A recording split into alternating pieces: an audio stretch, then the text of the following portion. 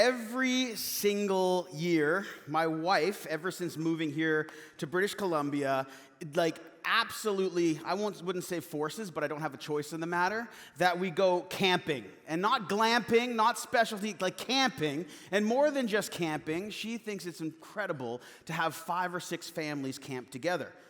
Not just 5 or 6 families who have decided to have 1 or 2 kids just to replace themselves, but 5 or 6 families who are very much in on the be fruitful and multiply. And so in the midst of this, our campground looks like a kid's playground. We end up having over 20 kids with us every single year. It's absolutely wild. And if you camped in British Columbia, where this is being recorded, where you might be seeing it, or where some of you are living, you'll know that there's actual wildlife out here. All right, it's not just simply like in Winnipeg. If we saw like a squirrel, we'd be like, oh my gosh, there's something exists, or crow, and that's like the aviation, or the chicken cobras, like right, the geese, the Canada geese. You stay away from those as they hiss at you and want to like break your arms with their wings. There are real things. There are bears in these forests.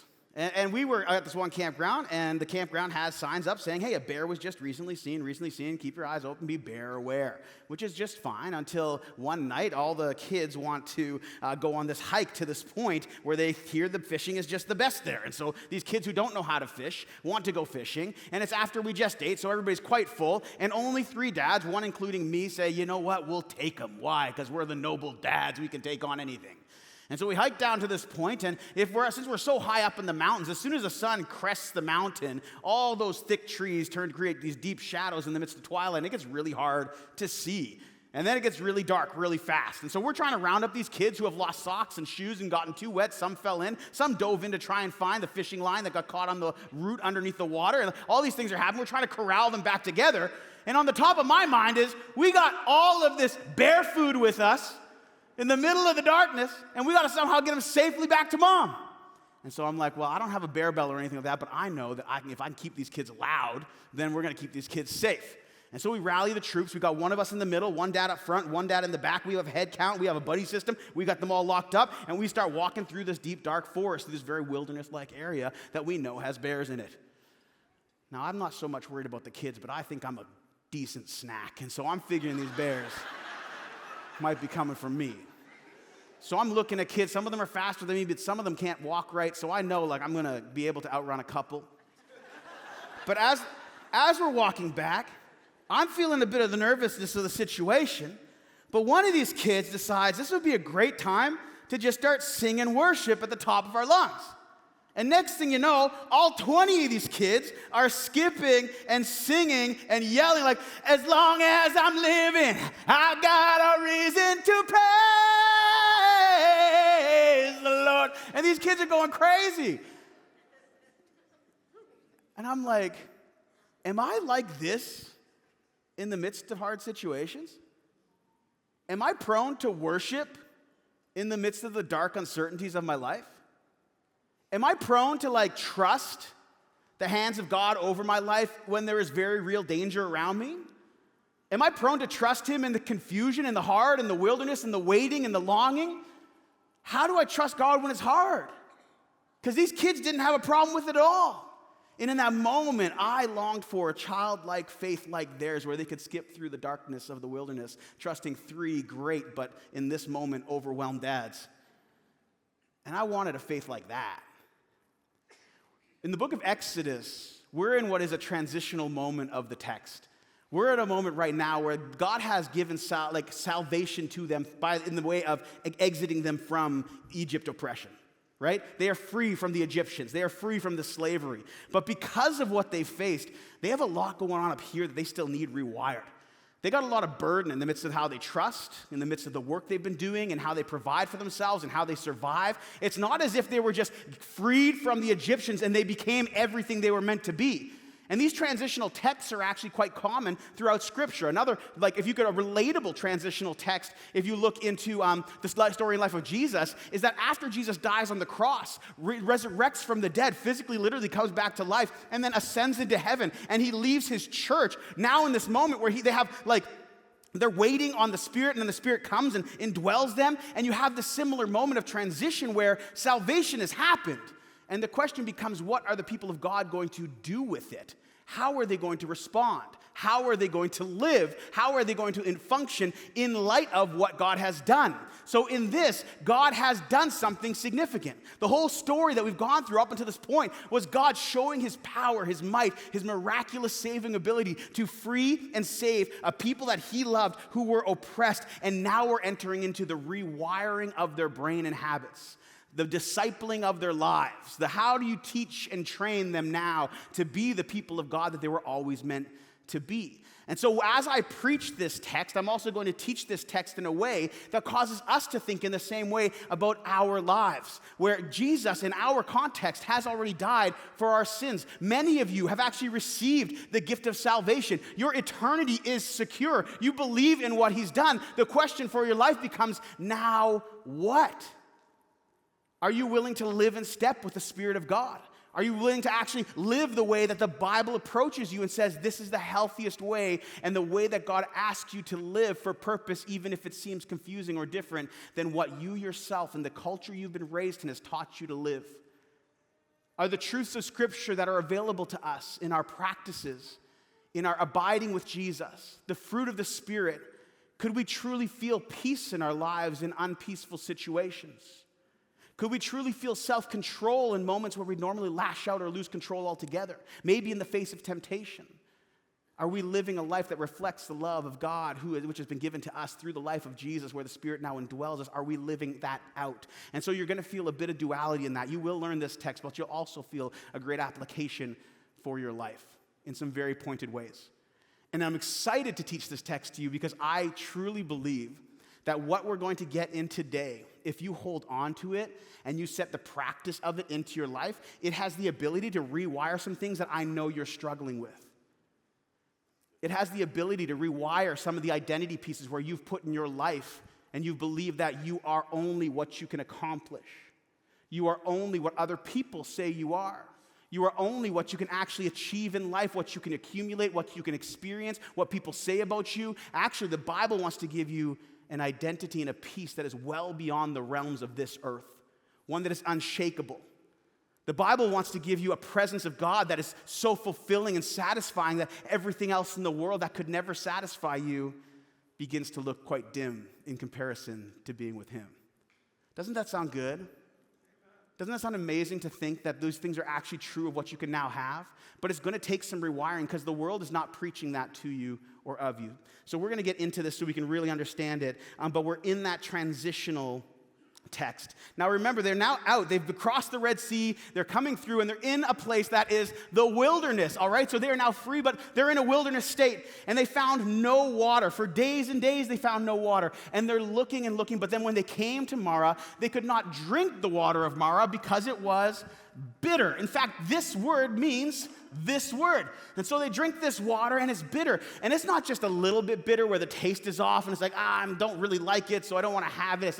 It's not like a flavored water. The water is so bitter, it's undrinkable. Completely will not quench their thirst, will not be drinkable, does not feel safe in any way. In fact, it's the same word that Naomi in the book of Ruth uses to rename herself after she loses her sons and her husband and feels like God has acted bitterly towards her. She changes her name to Mara. It's this deep, gross bitterness that she's feeling in that moment. And it's what we want to see reflected here. It's a bitterness that they can't have. And so the people grumbled against who? Moses, saying, what shall we drink? So they're asking this question, hey, what are we going to drink? And then Moses goes on to cry to the Lord, and the Lord showed him a log, and he threw it into the water, and the water became sweet. And you're like, what kind of a log was this? Okay, this is a strange moment. Other translations actually use a tree. It's this thing that actually made the water that was undrinkable now drinkable. It was something from God in which he told and showed Moses, now, hey, this is what you're going to do. You're going to take this log, you're going to throw it into the water, and the water will actually be transformed. Here's what we need to recognize about our lives, because bitterness will be and is a very real experience of the human life. There will be things in your life that you've had happen to you in the past and you've had happen to you in your life today, things that you're experiencing, hardships and longings, difficulties, desires that are met unfulfilled, expectations that aren't being met, and promises that were not being kept, and things that are all over you and hurting you, that will consistently be part of your life. Life will not go the way you planned or intended it to be. In fact, we know the finite of life, even planning for tomorrow, is in vain because you don't know if tomorrow is yours or not. And yet here, we recognize that just as God had Moses throw a log into the water, he was able to transform that water into water that was sweet to drink. Fast forward to the future when God takes his son, the one who carries living water to the world and speaks of this living water that is available, and instead nails him to a tree. And the bitterness of sin for all of humanity then hangs on his shoulders. And he dies a death in our place, is buried in the ground, and after 3 days, he comes back to life physically, literally, taking what was once bitter in sin and making it sweet in salvation, that he rose back from the dead. So we now have hope from the bitterness and brokenness of sin. Now we can see the sweetness and a hope of not just an eternity with God, but we're invited through now the Spirit of God's power in our life to be agents of bringing sweetness, the good news, the kingdom of heaven into the world today, now, and forever. Our God is a God who transforms and has the ability to truly transform situations. Now, note who has the power. Did Moses have the power as the Israelites desired? The people grumbled against who? Against Moses. But Moses went further, and who did Moses talk to? Moses cried to the Lord. You know that you have access to Jesus, don't you? You know that you have access to God through his son, Jesus, don't you? You know you have power by the Spirit in your life that even if you don't know what to pray, he actually intercedes and interprets these groanings and prays them on your behalf to God, don't you? These are things you should know because they're practical. You have direct access to the Lord. If there are things in your life that are bitter and all you've done is wrestled with it yourself, tried to overcome it, kept swallowing bitter water, instead, get on your knees before the Lord who transforms and invite him to transform the moment you're in. Our God has incredible power. Some of us do it too much on our own. We live as if we were secular Christians or Christian atheists, where we say and believe these things of God, but we don't actually live them out, believing that God can truly make change. Some of you who are struggling for a home right now, how big is a house when you fly on a plane and you look down on it? A matchbox? Tiny. You think if God wanted to give you a matchbox, he couldn't? Absolutely. Many of us struggle in so many ways, and we question, can God make a difference in this moment? And I'm asking you as your pastor, invite him in. Ask him to. God, would you intervene in a way that I can't? Would you interrupt my life in a way that I don't know how? Would you make a way to make this bitter situation sweet? Would you transform my perspective on this? Would you transform? And invite him in and see what he can do with it.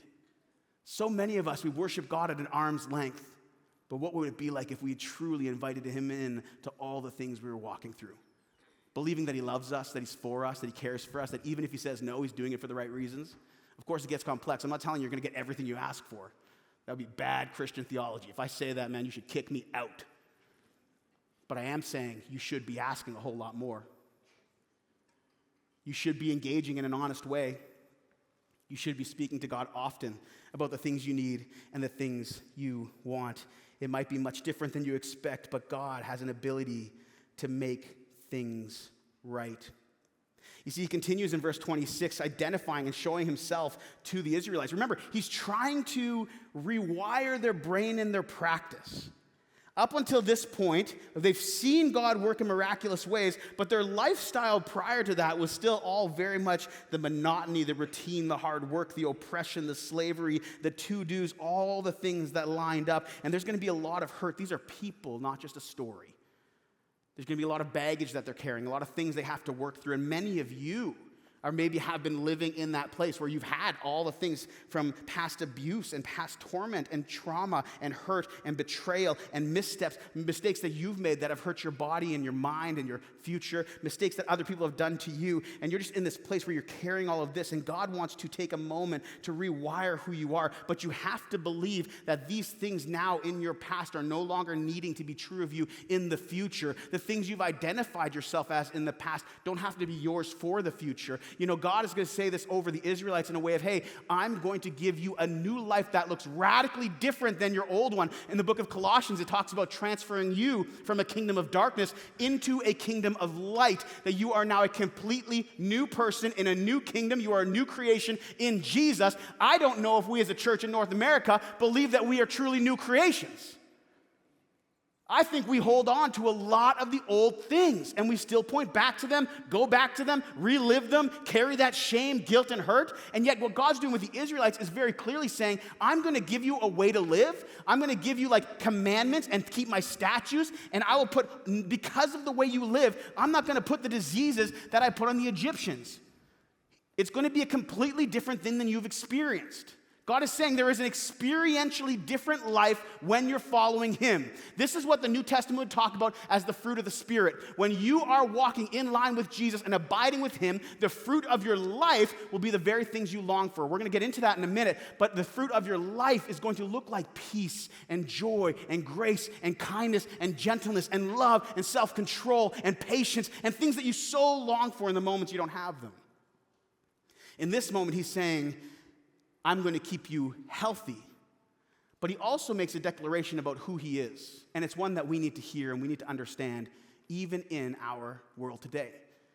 As He speaks of being a healer to the Israelites from their Egyptian plight and separating them from that people group, He's saying again by who He is, He says, I am the Lord, I am your healer. Do you see God as a healer in your life? Do you see God as a healer in your life? You can look at this multiple ways. You can look at this in a way that is He going to heal me physically?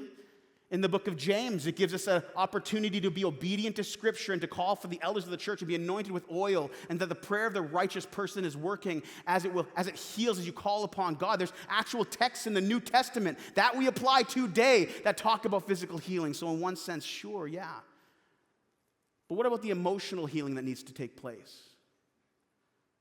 So many of us who have gotten ourselves into these anxious, depressive spirals and don't know where to turn or how to turn. Is God able to heal the patterns up here that are so demeaning and broken to me? Is God able to heal the things in here where I haven't been able to hold on to who I was and I've lost almost who I was? My capacities are changed. My longings are unfulfilled. Is He able to change what's going on in here? Do you view God as a healer in your life? This is part of His characters that God heals. We see this even through Jesus as He ushers in God's kingdom into the world when He's living. Jesus was a man who healed. He healed, He healed, He healed. And in addition to healing, He also forgave sins. Moments where friends tore through the roof of a home to drop a friend down who needed to walk. And Jesus goes up to him and says, your sins are forgiven. And then He heals them.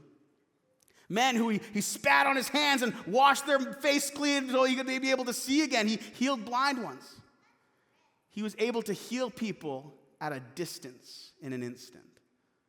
He has the ability to heal. God is a healer. And so even in your mind, sometimes I think of it similar to with hospitals. You know, I go to a lot of hospitals to visit people in a lot of hard places. And I have to do the work in my head ahead of time to walk in and say, the hospital is a place of healing. It's a place of healing. I have to pastor people in those moments who go in the hospital and they just feel doom and gloom. Like, if I'm in the hospital, I'm done for. Well, no, actually, it's incredible what the hospital can do. It's incredible what modern medicine and people serving and working and tirelessly, nurses and doctors. Can we just thank the nurses and doctors for a second? Like, administrators, everything you do. I know the system hasn't been kind to you, but you're like, look to that area, no longer as a place of pain, but a place of healing. Look no longer at God as a place of pain and bitterness, but as one who can heal, and it will change your perspective of Him and can change the perspective of your life. I am the Lord, I am your healer. And all that he's consistently trying to do in this moment, his ability to transform, his ability to heal, how he takes care of the Israelites, and what he does, it's asking this question. Will the Israelites, in this moment of transition, will they trust him in the wilderness? Will they trust God in the wilderness? A wilderness season is something that a lot of us will go through in our lives. In fact, all of us. I think if you live long enough, you're going to go through wilderness. And a wilderness season is not simply like the Israelites are in, where they're actually in wilderness practically. They're walking around, they're looking for water, they're looking for food, they're trying to figure it out. But there will be things where you're in an uncertain spot in your life, where you feel like, man, the rug was just swept out from under your feet and you lost your job. You found out that your spouse was cheating on you. And so now you're just like, I don't even know what's true anymore. A friend betrayed you. Someone spoke ill of you behind your back who spoke good of you to your face. That two-facedness before you. A position that you once thought was something you could lean into. You saw the outcomes of it and found it was actually bad. You opened your life up into something that you thought would give you joy and fulfillment, but in fact, it actually just gave you brokenness and hardship. You opened your marriage up, and now you're just dealing with all the brokenness of what that is. You've made decisions based on things that you thought would give you joy, and they don't. And all throughout your life, whether you bring it on yourself or someone else does it to you, or it's just a situation, because life is like that and will be bitter, you will find yourself in a place of wilderness. And I don't know about you, but I have a hard time in those seasons truly trusting and resting in God. As do the Israelites. As do they. But they come to this place, Elim, where there are 12 springs of water, 70 palm trees, and they encamp there by the water. This feels like the best spot so far. Can I get an amen? Yeah, they don't got bitter water, they got some water. And they set out from Elim, and all the congregation of the people of Israel came to the wilderness of Sin, which is between Elim and Sinai, on the 15th day of the second month after they departed from the land of Egypt. And the whole congregation of people of Israel grumbled against Moses and Aaron in the wilderness. Michael did a great job, Pastor Michael. Didn't Michael look great yet last time? Y'all see him come out like that? I had to stop for him, and I was distracted for the first 15 minutes of the sermon. I was looking at him, I said, Pastor Michael? And then his grandma made him do it. Hey, abuela, I tell you, she's always got it. Okay, so Israel is grumbling, and he did a great thing saying how fear does something to the mind. Fear lies about your past and says that your past is actually better than it was. It lies about your present, says your present is more uncertain than it is. And it lies about your future, says there's no hope in the future. Fear has this terrible thing, but not just fear, but also forgetfulness. I mean, these guys, the Israelites, are consistently grumbling against Moses and Aaron in the wilderness. Consistently. They're just going after them like, hey, why did you bring us here? Like, wouldn't we have died by the hand of the Lord in the land of Egypt? Then we sat by meat pots and ate bread to the full, and you brought us out into this wilderness to kill this whole assembly with hunger? Like, look what you've done. How did they not remember what just happened? Like, did not God just make a way? Did he not just split the sea? Did he not just walk them out and give them plunder and gold and all this stuff? Did he not provide for them and take care of them? Did he just not make bitter water sweet? Like all of these things, and yet they still grumble and complain and forget and grumble and complain and forget. And they're grumbling and complaining, and they're forgetting who they're even grumbling against. They're grumbling against Aaron and Moses. They're going up against them. And then the Lord said to Moses, behold, I'm about to rain bread from heaven for you, and the people shall go out and gather day's portion every day, that I may test them whether they walk in my law or not. He is saying, God, I'm going to take care of you. They're forgetting that God is with them. They've taken God completely out of the equation of their lives. And some of us do this very practically on a day-to-day, where we grumble and give too much credit to the smaller players in the game. Some of you have given too much credit to your boss for the situation that you face at work and not gone to God with it. Some of you have given too much credit to the economy for your current financial status and not seen God's hand in any of it. Some of you have given far too much credit to yourself, and you think you got that Midas touch, the golden glove, and everything you touch turns to gold. And you fail to see that it is God who gives, it is God who takes away. Nothing comes to you but through the hand of the Father. Do not forget who takes care of you. Do not forget who walks with you and elevates you and gives and takes away and heals and walks in presence and empowers and anoints and encourages and so on and so forth. This is all from God. Do not let your scope stop here. Don't let it stop here with us. You got to get your eyes up once in a while. You know what I'm saying? Like, this is Colossians in a nutshell. Let me just redact it for you, make it real small. The book of Colossians, it's as if Paul, from a prison cell, wrote through the corridor of time to people like us, because he's talking to a church he never met. He's talking to a church by this guy named Epaphras, who planted this church and goes to Paul. And guess what Epaphras has as a problem of his church? The culture outside the church, the church in Colossae, the culture outside the church is pulling people away from Jesus and causing them to focus on everything else and make everything else their priority. And so Paul says what throughout the whole book? He says, set your eyes only on Jesus. Set your eyes only on him. Look up above where things are seated in high heavenly places. Don't get caught up down here, church.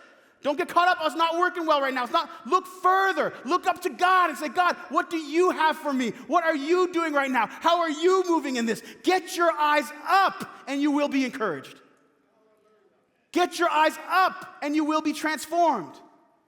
Get your eyes on him. And what God is doing in this whole passage, he continues to say it. He's saying, hey, you're not grumbling against us in verse 7.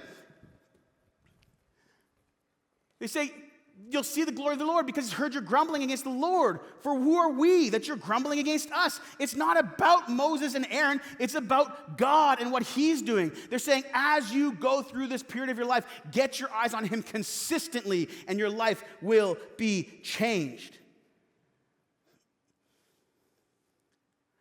And so what is it for you? That you might be in a season of wilderness right now that's making it incredibly hard to get your eyes on him. This whole season is learning to trust God in the wilderness, to trust God in the hard times, the whole season that these Israelites are in. And they find themselves in the wilderness. They're not resting. God invites them in there to start living currently now in this space as they are in the promised land. But why is that hard? Because the wilderness simply is not a circumstance of your life, but it's even more a posture of your heart in any circumstance you face. You can be in the wilderness and have every single financial, every single experiential, every single thing and still not be satisfied. You know, this time a year ago, guess where I was? All-inclusive Mexico. I didn't even think I was an all-inclusive player until I went and experienced one, all right? Amazing. Guess where I was this year last week? Winnipeg. All-inclusive Mexico, Winnipeg. Two very different seasons. Can I explain to you for a minute what's happened since then? Since I've been to that place in Mexico, as I look for vacation opportunities that are relatively cheap, I start looking around for them. Am I looking back for that same one? No, because I've already tried it. I've already had it. I already swam with the fishes there, saw a stingray, ate their food, got sick of their food, got sick from their food, ate their food again. I've already had that experience. I'm looking for something like it that's new because I would not be satisfied going to the same place, even though it was like paradise. I was much more satisfied in Winnipeg having what I had with my family and the time I had with them than I was in that other spot.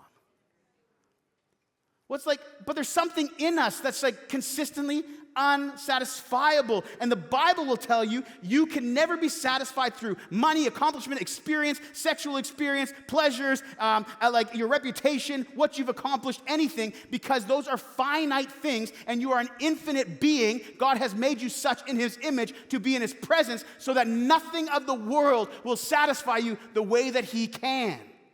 Nothing can. A.W. Tozer says, we can never find true satisfaction apart from God.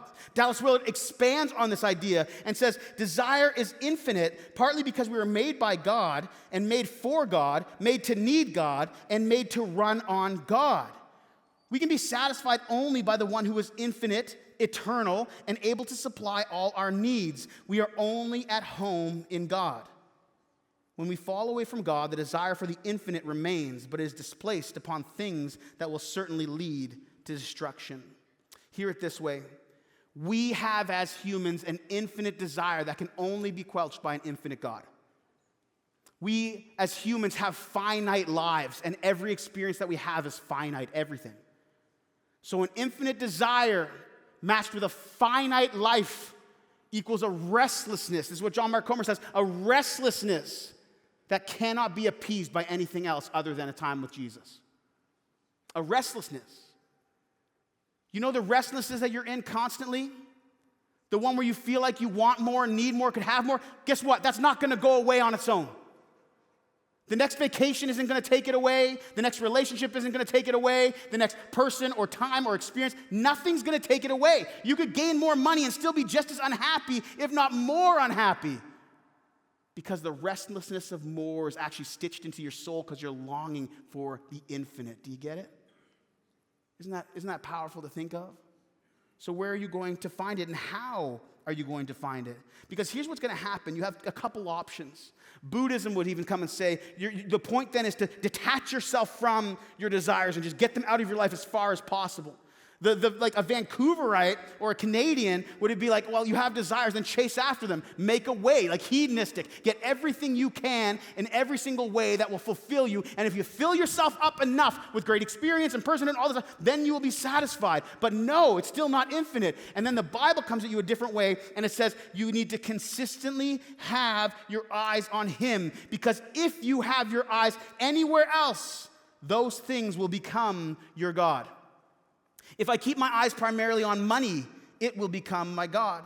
If I keep my eyes primarily on a desire for a relationship, it will become my God. If I keep my eyes primarily on my kids, they will become my God. If I keep my eyes on my reputation, it will become my God. We are creatures of worship consistently. And God is saying, do not worship the wrong thing. Do not set your eyes on other things. Set your eyes on me. Now, how do we do that practically?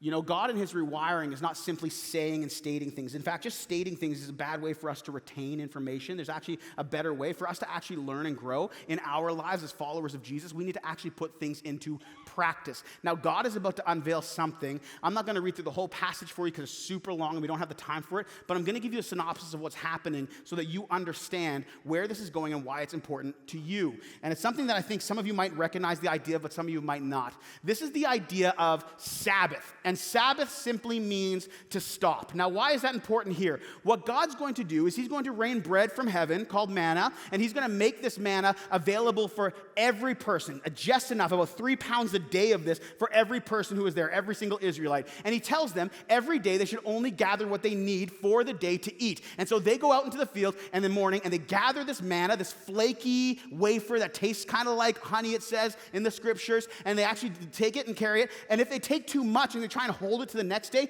by the next day, it's going to be infested with worms and stinking. So they say, hey, just take what you have for the day. But then on the 6th day of a 7th-day week, on the 6th day, you should actually take double your portion and save it for the next day, which is so strange because weren't they just, if we save some, wasn't it just dying? God's like, no, listen to me, be obedient. On the 6th day, take double portions, so that's about 6 pounds of this stuff per person, so that you have enough to eat on the 7th day. Why? So that on the 7th day, you may rest. You may actually stop. You can stop working, stop laboring, and this is going against everything they've just experienced. Remember, they weren't living it up in Egypt. They were under slavery to the point where if the Egyptian king, the Pharaoh says, I want you to now gather your own wheat, your own straw so you can make bricks, and I need the same quota of bricks. Like they are working their tails off. Their whole life has been work. Anybody feel like that in here? The North American grind? Work, and if you're not making enough, don't be lazy, get a side hustle. Why not 2? Make income that makes itself. Do all the front end. Get an Amazon thing on your, people are trying to make money everywhere. Sell your kids. There's this new AI out that's it talks about you can just talk to it. They made it really conversational. And so I'm like, Mercedes, you have to try this. I'm like, choose Miles because there's 2 different people you can choose. So she chooses this guy's voice and she just starts talking to it. The whole idea is talk to it. And she's like, I got to make some money for this thing. And she's like, I should sell my kids. And he's like, whoa, that's too much. And even the AI was like, that's weird. So don't do that, And it was a pretty wild moment. Anyways, that's way off course. But the whole idea is this idea that God's saying, hey, I need my people to rest. That rest is actually built into you and I, and that if we don't make a priority of rest in our lives, and I'm going to really unpack this so you get what I'm talking about. If we don't make a priority of rest in our lives, our bodies will demand that rest from us. Our bodies will keep score from the stress and the anxiety and all the things that you get riddled with from it, from the overworking and underplaying, where you're just working too hard and doing too much, and your body will at one point just burn out, step off, turn off, and you'll just shut down. God doesn't desire that for you, if I could make that really clear. God doesn't desire that your relationship with him be built on work, that it would actually be built out of the grace that he gives you freely. But he puts in this practice of rest for the Israelites, that on the seventh day they are to actually fully stop. In fact, this so far as down the road in the Israel story, it becomes a place where it's so important, it's actually a capital offense to work on the Sabbath rest day. And it's not just something that God's instilling here. In fact, God actually modeled it for the Israelites and for us in the creation story, where after he created the world and everything in it and all the things in the universe over 6 days, on the seventh day he what? Rested. Was he tired? No. It's a pattern. It's like a built-in pattern of being able to see the great work you've done, see the good things you've accomplished, see who you are and what you like. It's a real restful posture. So God does this. It's a creation ordinance that now has opportunity to flow out in our lives in one way or another, because the best you is a rested you. Augustine said, "Thou hast made us for thyself, O Lord, and our heart is restless until it finds rest in you." Now, when we think of resting, we often think of being filled with entertainment or trying different things.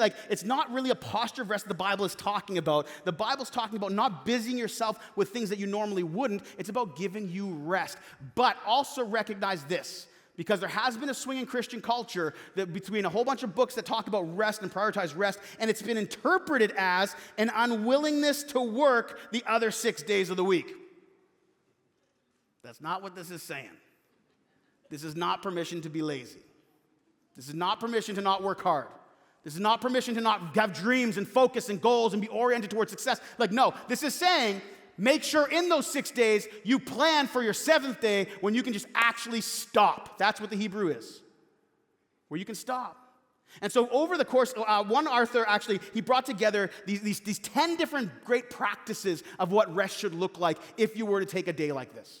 If you were to take a once-a-week rhythm and create a space for you to actually rest, these are 10 of the practices he encourages you to be part of. Just take what you like out of this, okay? I'm just trying to inch you one step closer to real rest, all right? 10 best practices. Lighting candles and prayers of blessings.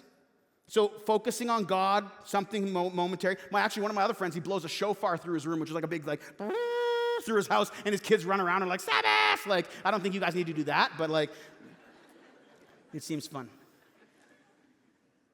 Practice 2 would be feasting, eating well. No keto or anything, eat. Reading, singing. Oh, some of y'all are going to love this. Love making. Ooh, I want a Sabbath 4 days a week. Can we get a 6-day Sabbath? Can we reverse it? Walking, napping, time with family and close friends, time alone in the quiet, practices of gratitude. I just feel peaceful reading those things. How good is that? Isn't it amazing that God asks us to do these things that give us life and rest?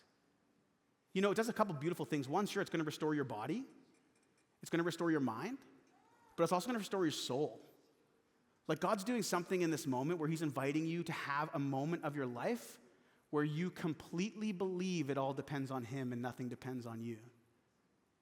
He's inviting you to this moment to actually see him as God who will sustain you, take care of you, has care for you, be present with you, walk with you, guide you, satisfy you. He's inviting you in to actually just be present and available. Now, what is, in our culture, the greatest challenge to these practices? Could I put forward that maybe it's the devices in our pockets? Because if part of Sabbath and the point of Sabbath is that we would be able to disconnect from everything else, this device that keeps us connected can kind of get in the way. Now, this is a practical pastoral bit. I'm simply putting it out there. I'm not saying it's the devil. I'm not saying you need to throw your phones in the lake. But I am saying just consider this. Like, in the practice of Sabbath, you're saying all things that are true about God are God. So God is all-knowing, all-powerful, all-present. When you have the phone in your hand, are you not feeling a little bit like God because you can be all-knowing just through Google? I don't have an answer. I should have that answer. I'm going to have that answer. When you have the phone and people are texting you, do you not feel like quick obligation? Oh, I need to get back to them right away? Oh, I need to send this back. I need to text this back, except for some of you who sit on text for 4 days. Guilty. What? So you're meant to be all present with all people at all times. Anybody around the world can get a hold of you, and WhatsApp, Instagram, Facebook, whatever else you're on, Tinder or Bumble or I don't know, you just got to be available for everybody. Your emails. And then all powerful, the idea that, man, if I need food, it just comes to my house. If I need less food, I don't tip the guy.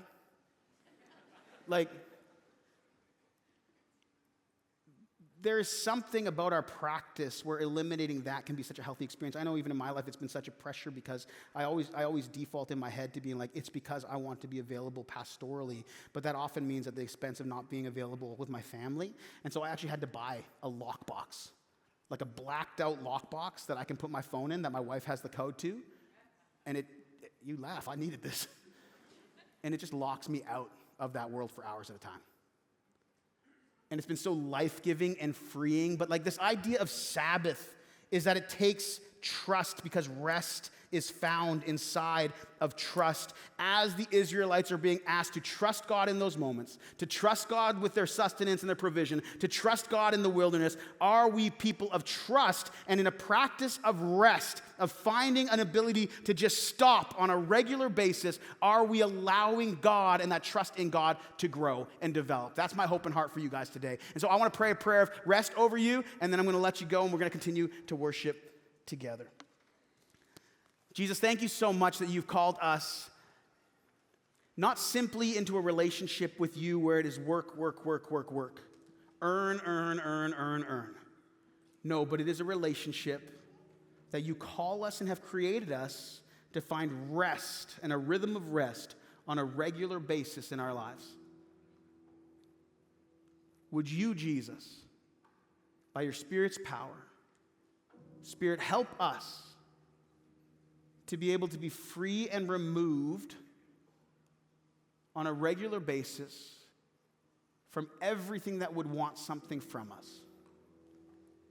so that we could be genuinely quieted before you and find rest in trusting that you are God. You are provider. You are healer. And there will be things in our lives that right now we can recognize we need to stop doing. We need to rest from. We need to lay at your feet the anxieties and the weights and the heaviness in our lives, because you said, Jesus, your burden is light. And so even if there is weight in our lives from a season that seems bitter, you can make it light. And so help us as we worship you, as we sing to you, as we go about our days with you, to regularly rest and trust that you are God and can be trusted with the future of our lives. We pray this in your beautiful name, Jesus. Amen. Thank you so much for joining us here online for Village Church On Demand. My heart would be that you, through the sermon and through the worship, truly feel like we have an opportunity now to trust God and rest in Him, as our rest is found in that trust. Some of the practices we talked about today might feel a little strange at first, but I believe, and we believe that the Bible supports, that they will help you grow in your relationship with Jesus and your ability to rest throughout your life. You can also grow by actually connecting here at Village Church, getting involved in a local site, find one near you, or even if you want to partner with us financially or in any other way, we would love to have you. Have a fantastic week, and we hope to see you here again. Take care.